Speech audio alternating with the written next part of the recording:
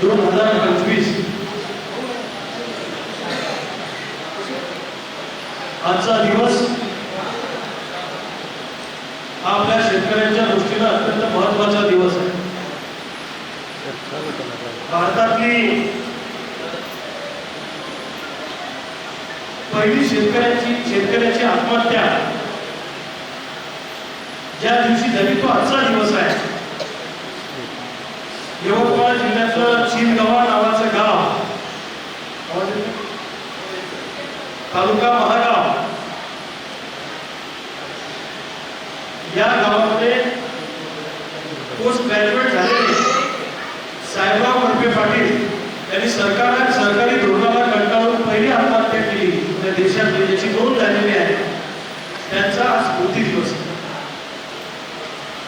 त्या स्मृती दिवसाचं औचित्य साधून साहेबराव करपे पाटलांचं बलिदान वाया जाऊ द्यायचं नाही, अशी भूमिका आपल्या सगळ्या शेतकऱ्यांची आणि तरुणांची आहे। मी साहेबराव करपे पाटलांना अभिवादन करतो। पाण्यासाठी त्यांनी बुलढाणा जिल्ह्यातल्या देवगावच्या तालुक्यातल्या शिवगे या गावामध्ये कैलास नागरे नावाच्या वेल एज्युकेटेड युवा शेतकऱ्यांनी, प्रगतिशील शेतकरी, शेतीत प्रयोग करणारा शेतकरी, 14 गावाला शेतीला पाणी मिळत नाही म्हणून सरकारच्या नावाने चिठ्ठी लिहून आत्महत्या केली 4 पानाची, आता 5 दिवसापूर्वी। त्या कैलास नागरेंना मी अभिवादन करतो। स्वातंत्र्यासाठी वयाच्या 23व्या वर्षी जे असं फासावर गेले ते आपल्या आदर्श शहीद भगतसिंग यांनाही अभिवादन करतो आणि शेतकऱ्यांना सन्मानाने लढायला शिकवणारे आमचे गुरु स्वर्गीय शरद जोशी साहेबांना अभिवादन करतो। आणि माझ्या राज्यामध्ये मिरचीच्या देठाला सुद्धा कोणी जर हात लावला तर त्याचे हात आणि पाय कलम करून टाकेल अशी प्रतिज्ञा ज्यांनी स्वराज्यामध्ये घेतली ते छत्रपती शिवाजी महाराज, भारतीय संविधानाचे शिल्पकार डॉक्टर बाबासाहेब आंबेडकर, अण्णाभाऊ साठे, महात्मा ज्योतिबा फुले या सगळ्या थोर महामानवांना मी विनम्र अभिवादन करतो, त्यांच्या चरणी नतमस्तक होतो। आणि आज मला तुमच्या सगळ्यांचा प्रचंड अभिमान वाटतो की पोलिसांनी एवढी दडपशाही आणि दादागिरी करून सुद्धा छत्रपती शिवाजी महाराजांच्या गरिबी काव्याच्या पद्धतीनं तुम्ही पनवेलपर्यंत एवढे बहादर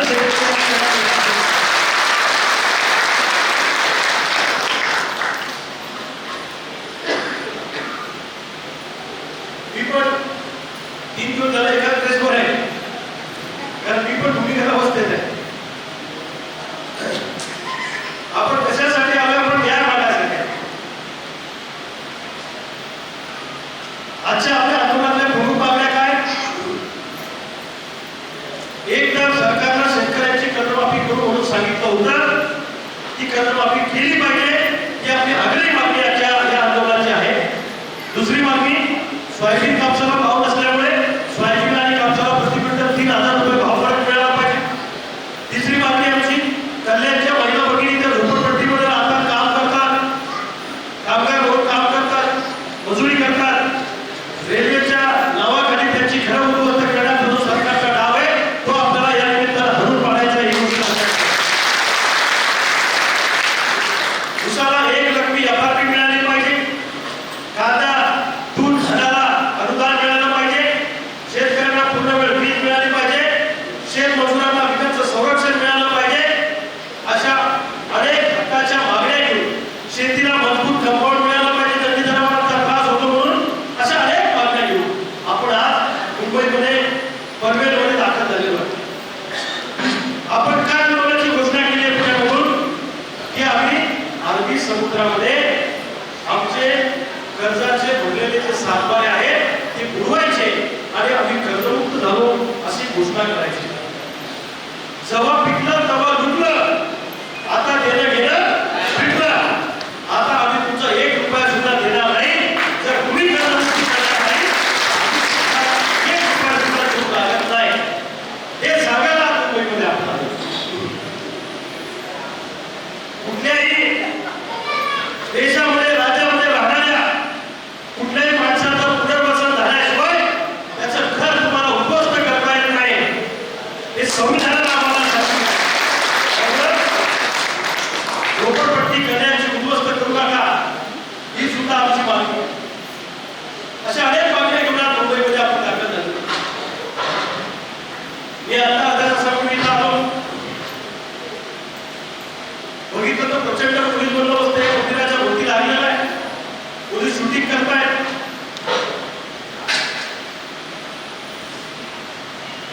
आपले पोलीस हे सरकारच्या इशाऱ्यावर काम करतात.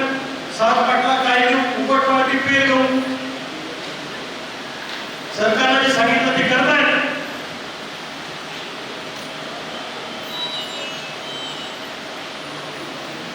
आणि अशा परिस्थितीमध्ये पोलिसांची भूमिका मला आता पत्रकारांकडून कळली की आम्ही इथून जाऊ देणार नाही. या देशातल्या महिलांना जर टॉयलेटला रेल्वेच्या ट्रॅकवर जावं लागत असेल तर कुठल्या राज्यामध्ये आपण जगतो आहे, हे स्वातंत्र्य देशाला मिळालंय की नाही मिळालंय हे विचारण्याची वेळ खऱ्या अर्थानं आता आलेली आहे असं मला समजतं. अजूनच सांगते भताला माझं आणि बरं होतं बेटा ते इंग्रजी राज. इंग्रज पुढे अशी म्हणायची वेळ सरकारला आमच्यावर आणू नये. आज आपण महाराष्ट्रातला शेतकरी कर्जमुक्त झाला पाहिजे. सोयाबीन कापसाला प्रति क्विंटल 3,000 रुपये भाव फरक मिळाला पाहिजे. कल्याणच्या झोपडपट्ट्या पूर्ण करा, त्यांना सुविधा द्या. ऊस एक रकमी अपार्टमेंट मिळाली पाहिजे. उसावर कांदा धानाला मदत मिळाली पाहिजे. पूर्ण वीज आणि शेतीला मजबूत कंपाऊंड जमीन जनावरांच्या त्रासापासून वाचण्यासाठी अशा अनेक मागण्या घेऊन आज मुंबईमध्ये आपण आलो. आपल्याला काय करायचं आहे? बुलढाणा पोलिसांनी काल मस्तवादपणे दादागिरी केली. आमच्या सगळ्या सहकाऱ्यांना रात्रभर फडफडत पोलीस स्टेशनला आणून अटक केली. माझ्या अनेक नातेवाईक सरकारी नोकरीत आहेत, त्यांना टॉर्चर करण्याचा प्रयत्न केला.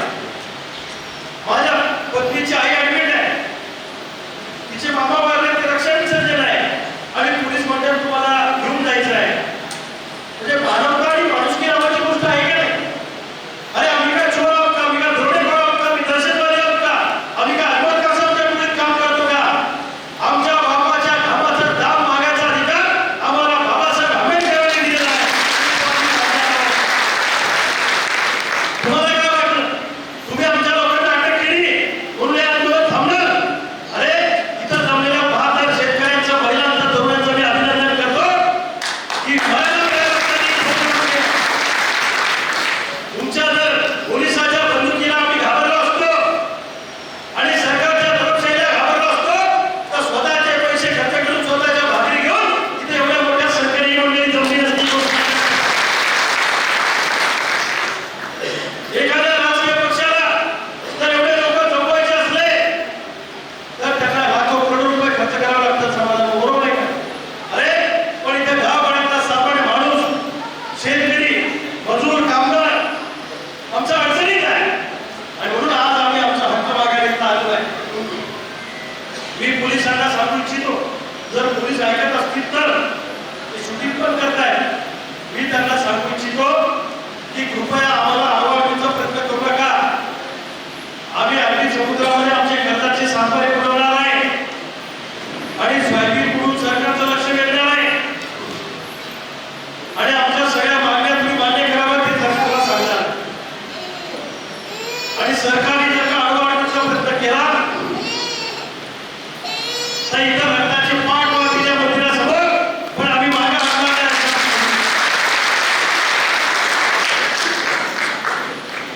माझ्या घरी प्रचंड पोलीस बंदोबस्त टाकला आहे. माझ्या ऑफिससमोर बंदोबस्त आहे.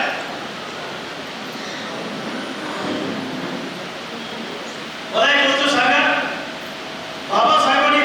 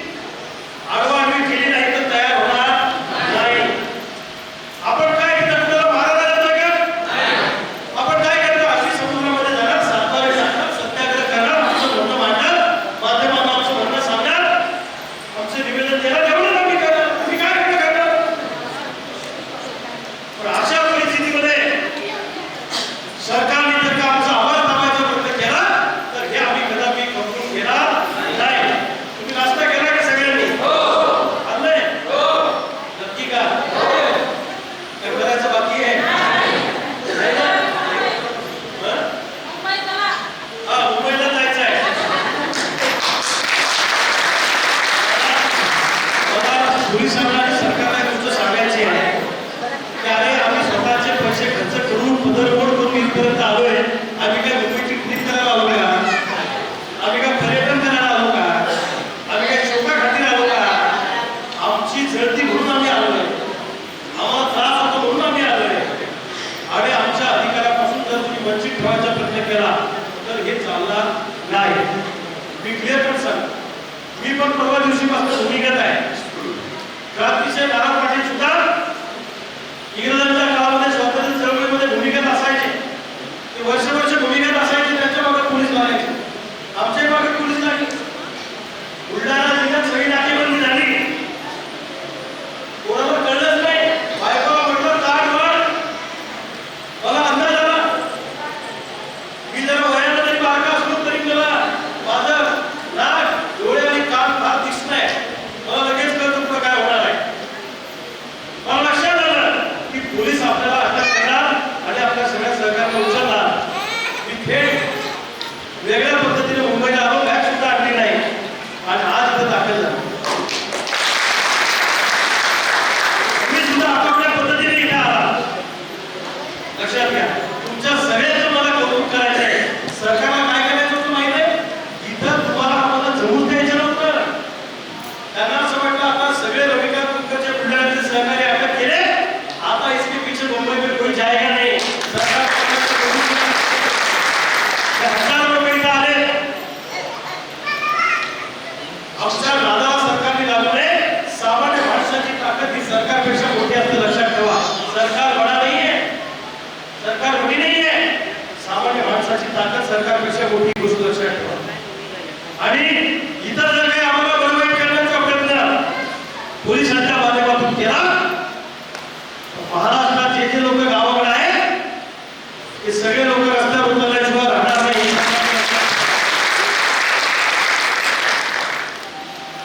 हे म्हणतात की मला आम्ही मंदिराच्या बाहेर निघून देणार. किती दिवस ठेवणार मंदिर?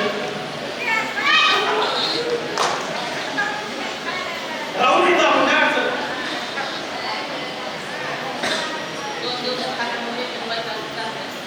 आडवा आडवीचा प्रयत्न सरकारने अजिबात करू नये. हे पुन्हा कोणी झालं ना, पुन्हा शूटिंग करून घ्या आमची, पुन्हा नोटडाऊन करून घ्या. अरे मग तशी मी मारायला लागलो, अशी मी मारायला लागलो. बरोबर आहे का? मरताव क्या नाही करता. तशी मी मारायची वेळ आली की नाही आपल्यावर? आली की नाही? तुम्हाला घराला किती 40,000? घराला किती 40,000? अरे 40,000 शब्दात मी होते लोक होते का?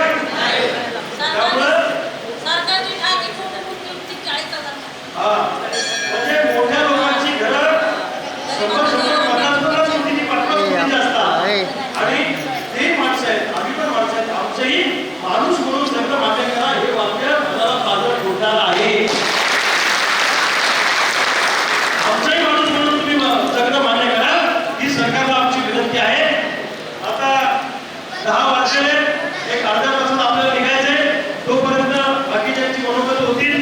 कोणी उठणार आंदोलनामध्ये आपल्या टीमचा जो आदेश आहे तशाच पद्धतीने वागायचं. कोणी स्वतःच्या मनाला डोकं लावायचं नाही. जो आदेश आपल्या सेनापतीचा राहील त्या पद्धतीने आपल्याला पुढे जायचं आहे. जमेल की नाही? जमणार? त्यामुळे अर्ध्या तासानंतर आपण मुंबईच्या दिशेने निघू. तोपर्यंत आपल्या बाकी प्रमुख लोकांची मनोगत या ठिकाणी होतील, महिलांची होतील. आपल्या प्रमुख मंडळी या ठिकाणी आपली मनोगत व्यक्त करतील आणि त्यानंतर आपण निघू. तोपर्यंत मी 15 मिनिटात मी नाश्ता करतो. मी उपाशीच आहे.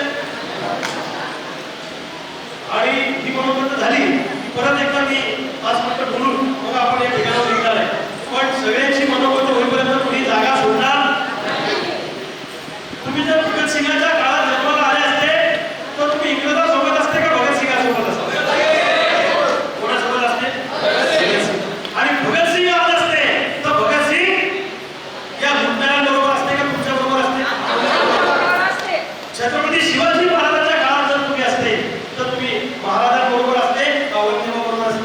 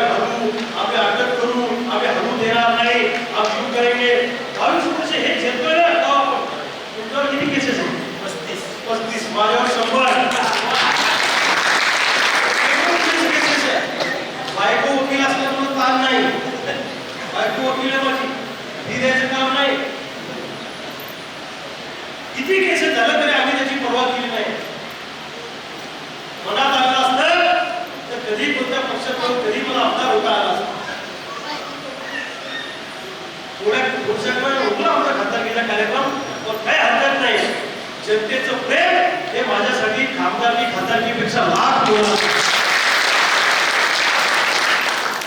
त्यामुळं मी सरकारला पुन्हा सांगितले की आमच्याशी संवेदनशीलपणे वागा, माणूस म्हणून वागा, आमचं म्हणणं ऐकून घ्या, आमच्याशी नीट बोला आणि आंदोलन चिरडण्याचा प्रयत्न केला तर रक्ताचे पाक कसे असतात हे तुम्हाला या ठिकाणी दिसून जाईल. ही गोष्ट लक्षात ठेवा. आम्ही मुंबईपर्यंत आलोय म्हणजे असे सहज इकडे हा आम्ही मनामध्ये जिद्द घेऊन आलोय. सत्याग्रह